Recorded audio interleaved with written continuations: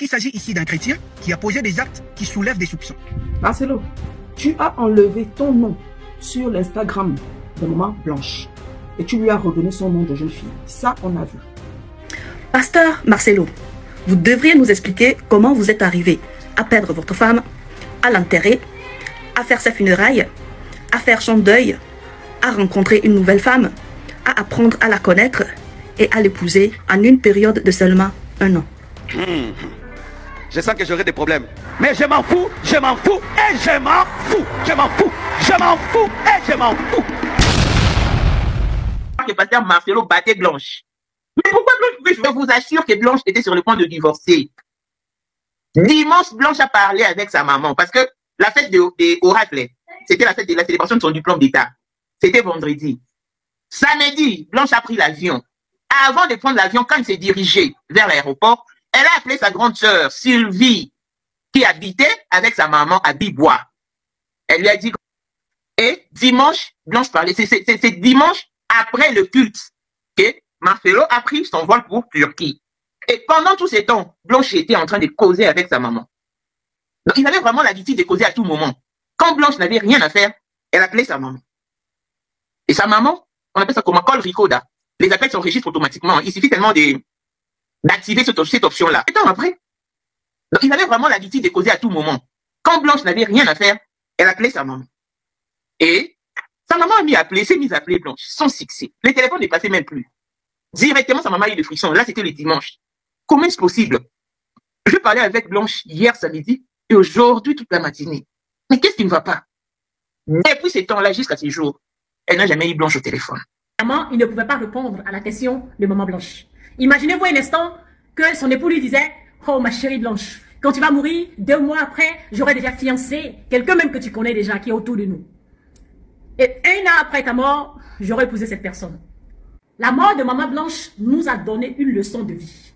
La mort de Maman Blanche a donné à toutes les femmes une leçon de vie. Que tu sois riche, que tu sois pauvre, que tu sois mince, que tu sois grosse, que tu sois grande ou petite, la mort de Maman Blanche te donne une leçon de vie. Ne vous effacez jamais pour qu'un homme puisse exister.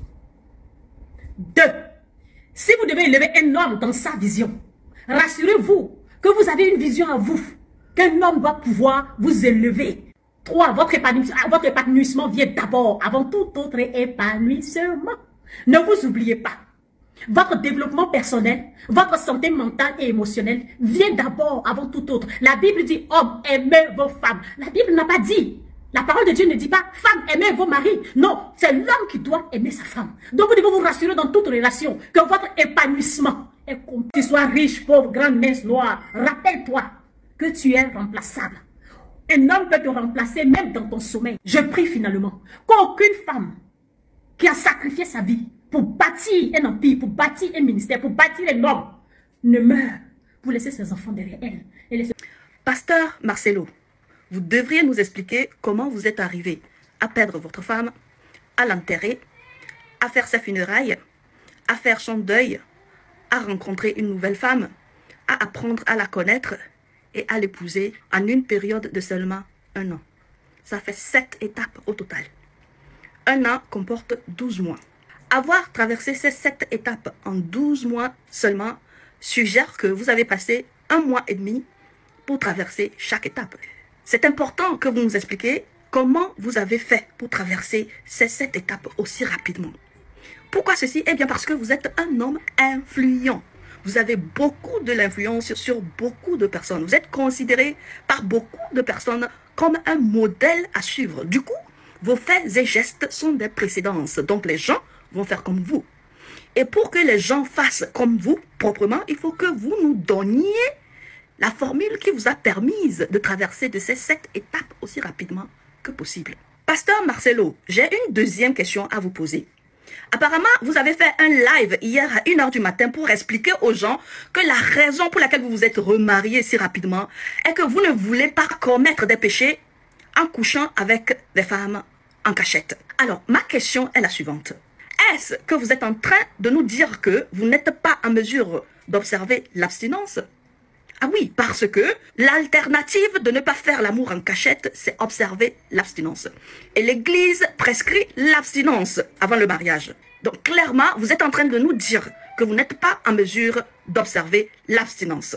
Les hommes incapables d'observer l'abstinence ont souvent ce qu'on appelle des diarrhées sexuelles ou de l'incontinence sexuelle.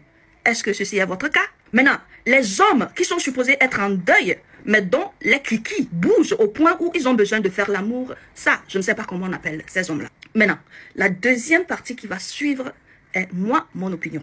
Vous savez, lorsque moi je regarde les faits vous concernant de loin, j'ai comme l'impression que du vivant de votre épouse, vous ne l'aimiez plus.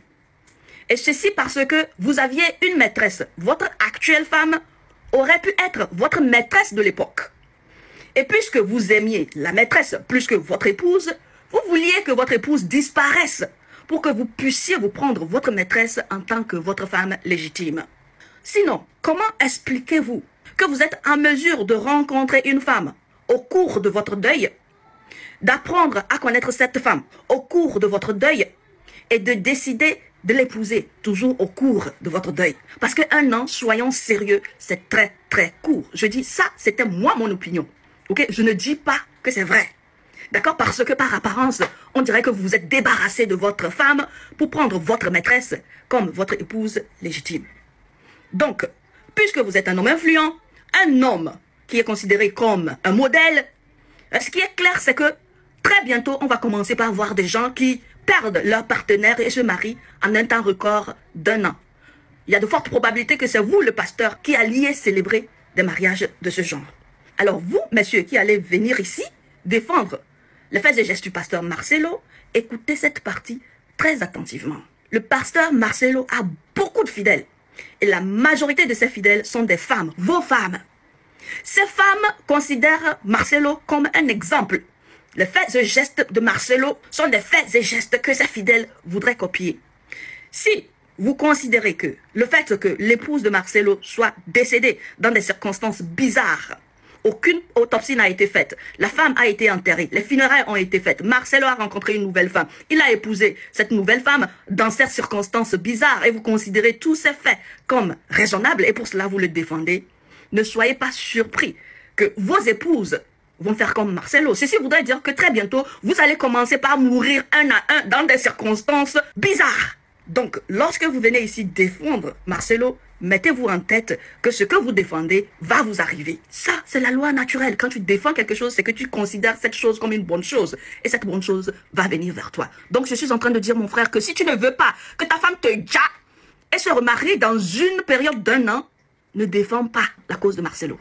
Marcelo, tu as enlevé ton nom sur l'Instagram de Maman Blanche. Et tu lui as redonné son nom de jeune fille. Ça, on a vu. Non, il a délié son nom sur le nom de Maman Blanche. Maintenant, frère en Christ, Marcelo, il faut aller jusqu'au bout. Ne t'arrête pas seulement à enlever ton nom sur Instagram. Va jusqu'au bout. C'est-à-dire que tu commences par là où tu allais l'enterrer là.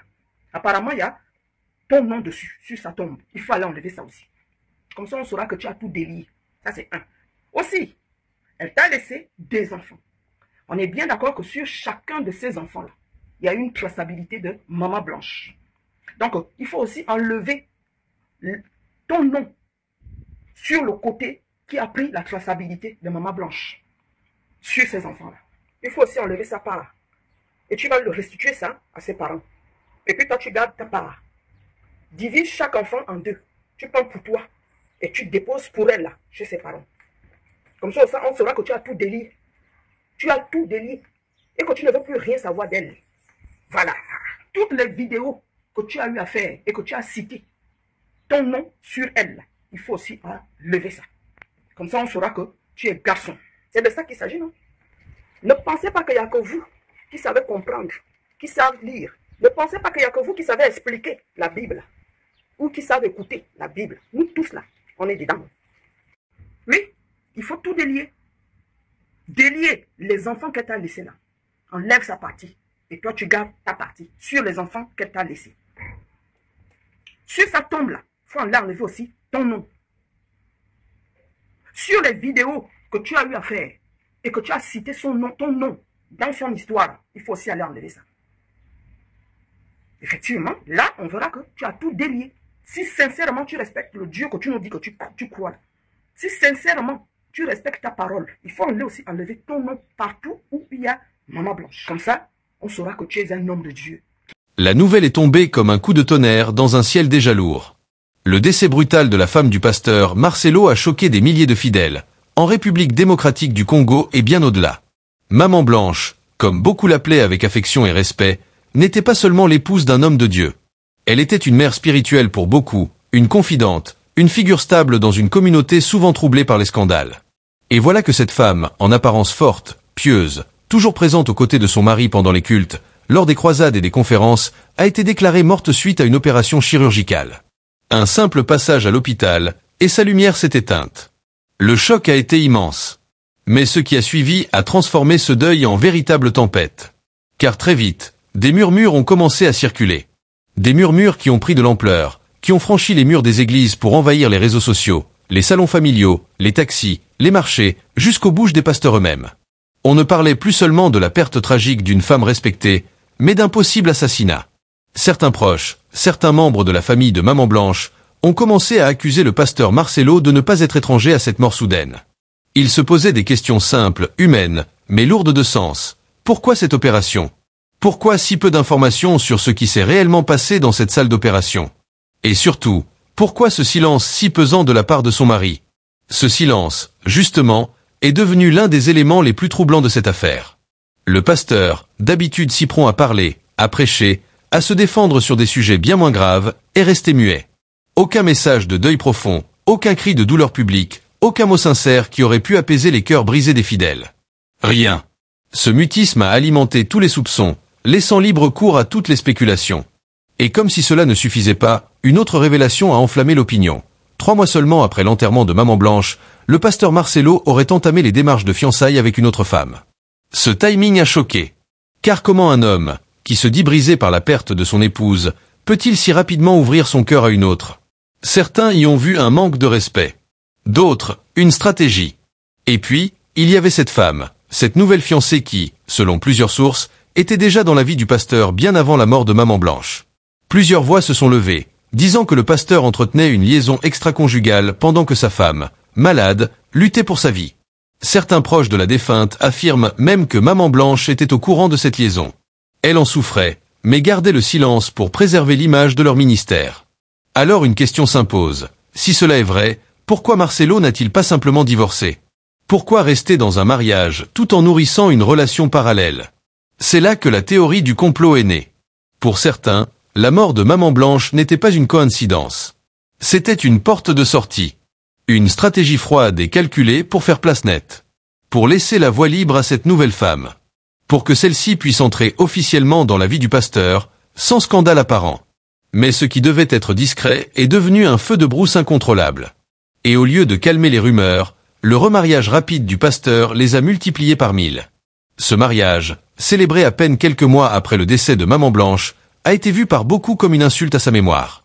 Certains membres de son ancienne église ont quitté la congrégation. D'autres ont demandé des explications publiques. Mais encore une fois, le pasteur est resté silencieux. Ce silence qui, pour certains, vaut aveu. Pour d'autres, c'est une stratégie de communication, une manière de ne pas jeter de l'huile sur le feu. Mais ce silence n'est pas neutre.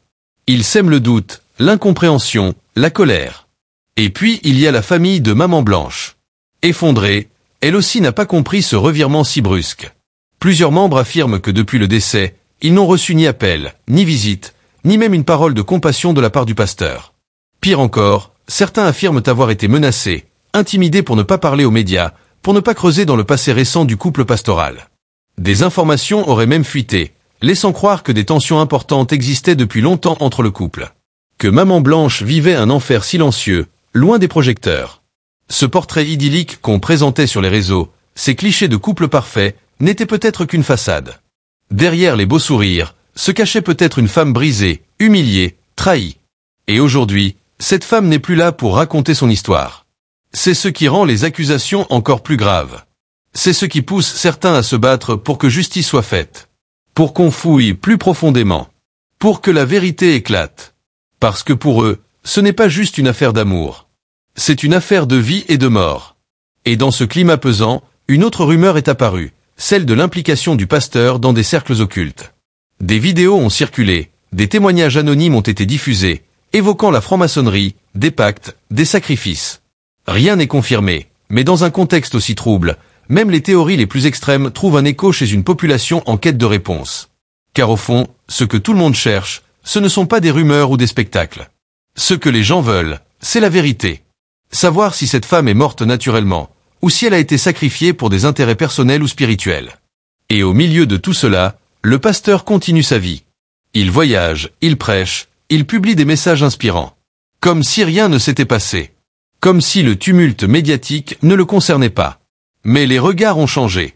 Les fidèles doutent. Certains prient encore pour lui. D'autres, en silence, se détournent. Il n'y a pas de condamnation officielle, pas de preuve irréfutable. Mais il y a ce vide. Ce malaise. Cette fracture profonde entre un homme et ceux qui, hier encore, l'admiraient. Ce malaise n'est pas que dans les regards, il est aussi dans les cœurs. Car derrière chaque accusation, chaque rumeur, chaque vidéo virale, il y a une douleur. Une vraie. Celle d'une communauté qui se sent trahie. Ce n'est pas seulement une femme qui est partie. C'est une figure maternelle, une présence constante, une voix rassurante dans les tempêtes de la foi. Beaucoup de fidèles disent encore aujourd'hui, c'était elle qui calmait Marcelo. Une femme effacée, discrète, mais essentielle. Et maintenant qu'elle n'est plus, le déséquilibre se fait sentir. Dans certains témoignages diffusés en privé, on entend des paroles déchirantes. Une amie proche de Maman Blanche raconte que celle-ci lui avait confié, quelques semaines avant sa mort, qu'elle se sentait abandonnée même dans sa propre maison. Qu'elle avait l'impression de ne plus être désirée, ni respectée. Elle soupçonnait déjà une autre femme, mais n'osait pas en parler publiquement. Peut-être par peur. Peut-être par loyauté. Peut-être parce qu'elle savait que, dans ce monde-là, ce n'est pas toujours la vérité qui triomphe. Et aujourd'hui, cette confidence prend une toute autre dimension. Certains collaborateurs du pasteur parlent à demi-mot. Ils disent ne pas reconnaître l'homme qu'ils ont servi pendant des années. Ils parlent d'un changement, progressif mais profond, dans son attitude, dans ses décisions, dans son entourage. Depuis quelques années, disent-ils, le pasteur Marcelo avait commencé à s'entourer de nouvelles figures, venues d'horizons très différents. Des gens influents, mystérieux, parfois étrangers au monde spirituel. Des hommes d'affaires, des politiques, des personnalités dont l'influence semblait grandir, pendant que Maman Blanche, elle, disparaissait peu à peu de l'espace public. Plus étrange encore, plusieurs dates, plusieurs événements semblent aujourd'hui connectés. Le changement de train de vie du pasteur. L'agrandissement soudain de certaines branches de son ministère. Des acquisitions de biens immobiliers dans différents pays. Tout cela coïncide avec la période où Maman Blanche aurait commencé à tomber malade. Est-ce une coïncidence? Est-ce le fruit du hasard ou le signe d'une planification minutieuse? Ces questions hantent ceux qui cherchent des réponses. Et pendant ce temps, la nouvelle épouse du pasteur suscite elle aussi de nombreuses interrogations. Qui est-elle réellement? Comment a-t-elle rencontré Marcelo? Pourquoi avoir accepté de se marier si vite après un drame aussi lourd? Certains disent qu'elle était déjà bien connue dans les cercles proches du pasteur, qu'elle occupait une position particulière dans son entourage, bien avant la mort de Maman Blanche. D'autres affirment qu'elle est elle-même issue d'une famille très influente, qu'elle aurait joué un rôle dans les coulisses, dans les tensions internes du couple pastoral. Il y a même des voix qui murmurent qu'elle aurait été la véritable favorite depuis le début, que le mariage avec Maman Blanche n'était qu'une façade, imposée par des considérations d'image, de stabilité, de convenance.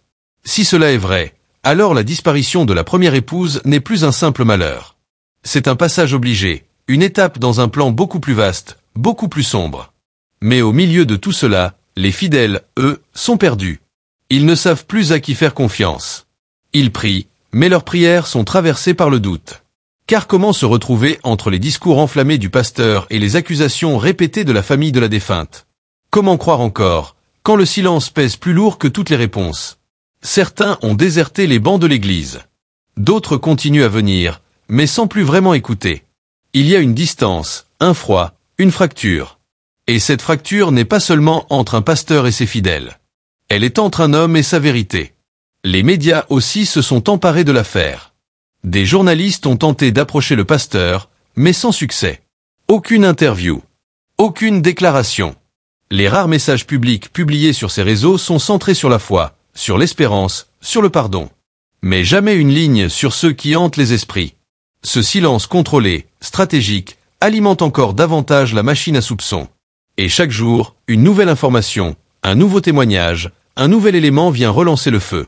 C'est comme si cette affaire refusait de mourir, comme si l'âme de Maman Blanche réclamait justice depuis l'au-delà. Et puis il y a les enfants, si enfants il y a. Que deviennent-ils? Comment vivent-ils cette tension? Leur mère est morte, leur père est accusé de l'avoir trahi, voire pire. Sont-ils protégés? Ou sont-ils eux aussi victimes d'un jeu d'influence et de silence? Personne ne parle d'eux. Comme si, dans cette affaire, ils n'avaient pas d'existence. Et pourtant, ce sont eux, peut-être, qui portent le poids le plus lourd. Celui d'un héritage brisé, d'une douleur silencieuse, d'un avenir entaché. Certaines personnalités chrétiennes ont osé prendre la parole. Avec prudence. Avec diplomatie. Elles disent qu'il faut prier pour la vérité. Qu'il ne faut pas juger. Qu'il faut attendre. Mais dans le fond de leur voix, on sent une inquiétude. Un malaise profond. Car même ceux qui ont grandi dans le respect de Marcelo ne peuvent s'empêcher de se poser des questions. Trop de coïncidences. Trop de silence. Trop de précipitation. Trop de signes. Et quand on regarde les dernières images de Maman Blanche, on voit une femme fatiguée. Elle sourit, mais ses yeux semblent ailleurs. Comme si elle portait un fardeau. Comme si elle savait que la fin était proche, qu'on ne lui dirait jamais toute la vérité, qu'elle partirait sans réponse. Cette tristesse dans son regard hante encore ceux qui l'ont connue. Ils se demandent, a-t-elle souffert en silence? A-t-elle été trahie par l'homme qu'elle aimait? Ou bien a-t-elle accepté son destin avec résignation, dans l'espoir que Dieu, un jour, rende justice? Ce qui est certain, c'est que son absence a laissé un vide. Pas seulement dans la vie de Marcelo, mais dans celle de milliers de croyants. Un vide que la nouvelle épouse, aussi belle et éloquente soit-elle, ne pourra jamais combler. Car elle n'est pas Maman Blanche. Elle ne pourra jamais être cette femme qui, pendant des années, a soutenu l'homme de Dieu dans l'ombre, sans rien réclamer, sans jamais se plaindre. Aujourd'hui, les regards sont tournés vers l'avenir. Mais un avenir incertain. Car tant que la vérité ne sera pas dite, tant que le deuil ne sera pas accompagné de réponses claires, cette histoire continuera de hanter les esprits. Ce n'est pas une simple affaire conjugale. C'est un drame spirituel, humain, profond. Une fracture morale dans le cœur d'un peuple croyant. Alors que les semaines passent, le nom de Maman Blanche continue d'être murmuré dans les veillées de prière, les salons des familles croyantes, les groupes WhatsApp, et jusque dans les coins reculés du pays. On ne parle plus seulement de la femme du pasteur Marcelo. On parle d'un symbole. D'un exemple de loyauté silencieuse. D'une femme qui a tout donné, qui a supporté dans l'ombre, qui a aimé malgré tout. Sa mort est devenue une plaie ouverte dans le cœur de ceux qui l'ont connue, même de loin. Il y a cette vidéo qui revient souvent, partagée encore et encore. On y voit Maman Blanche, assise dans l'église, les mains jointes, la tête baissée pendant que le pasteur prêche. Elle ne bouge pas. Elle prie. Mais dans son regard, certains disent aujourd'hui qu'on pouvait lire une souffrance. Pas une souffrance physique, mais intérieure. Le genre de douleur qu'on ne dit pas à voix haute, surtout quand on est femme de pasteur. Parce que dans le monde des églises, parler, c'est risquer de tout faire tomber. Une femme de pasteur ne se plaint pas. Elle soutient. Elle endure. Elle s'efface. C'est la règle tacite, cruelle, mais bien réelle. Et c'est là que le doute devient insupportable. Car si elle savait, si elle avait compris qu'on la trahissait, si elle avait vu venir la fin, pourquoi n'a-t-elle rien dit? Et pourquoi, malgré cela, est-elle restée? L'amour, la peur, la pression spirituelle, le devoir. Ce sont toutes ces questions qui résonnent aujourd'hui, sans réponse. Pendant ce temps, la nouvelle femme de Marcelo, elle, continue de s'afficher aux côtés du pasteur. Elle est élégante, bien habillée, bien maquillée. Elle parle aux femmes de l'église avec assurance, avec autorité. Comme si elle avait toujours été là. Comme si l'histoire de Maman Blanche n'avait été qu'un chapitre qu'on referme. Certains fidèles, encore fidèles au souvenir de la défunte, n'arrivent pas à accepter cette présence. Ils la regardent avec froideur. D'autres murmurent que c'est une femme ambitieuse, qui a toujours voulu être à la place de Blanche. Une femme qui n'a pas eu besoin d'attendre longtemps. 3 mois. 3 petits mois après un deuil national. Et elle est là. À l'autel. À la droite du pasteur. Installée comme une reine, dans un trône qui, il y a encore quelques mois, était occupé par une autre. Ce manque de pudeur choque. Ce silence entêté choque encore plus. Il n'y a pas eu d'explication. Pas de mot d'humilité. Pas un seul moment de reconnaissance pour celle qui est tombée. Rien. Juste un passage de relais brutal, presque inhumain. comme si l'église était une entreprise, et que l'on remplaçait un poste vacant par une nouvelle candidate, sans même accorder un moment de deuil sincère. Et ce manque de considération, il a laissé une blessure profonde chez les croyants. Une impression de trahison, d'injustice, d'hypocrisie. Et dans ce chaos émotionnel, les accusations deviennent plus graves. La famille de Maman Blanche, surtout ses sœurs, commence à parler. Elle raconte des scènes intimes, douloureuses, qu'elles disent avoir gardées secrètes pendant longtemps par respect pour la défunte.